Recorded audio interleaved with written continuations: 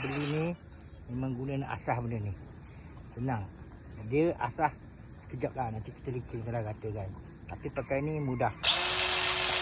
Tak guna tenaga yang banyak.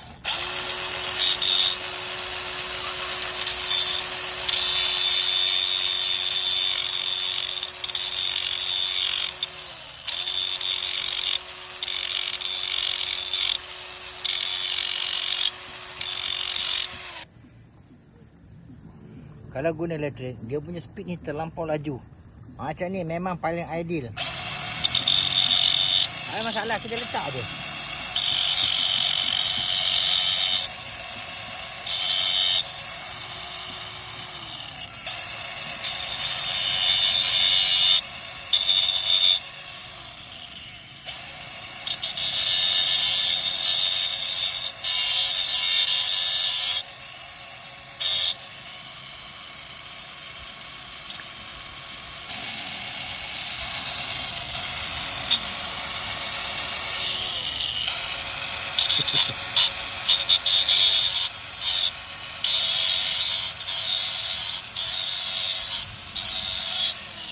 Senang nak guna ni.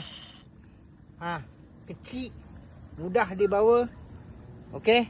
Boleh guna tekan ni.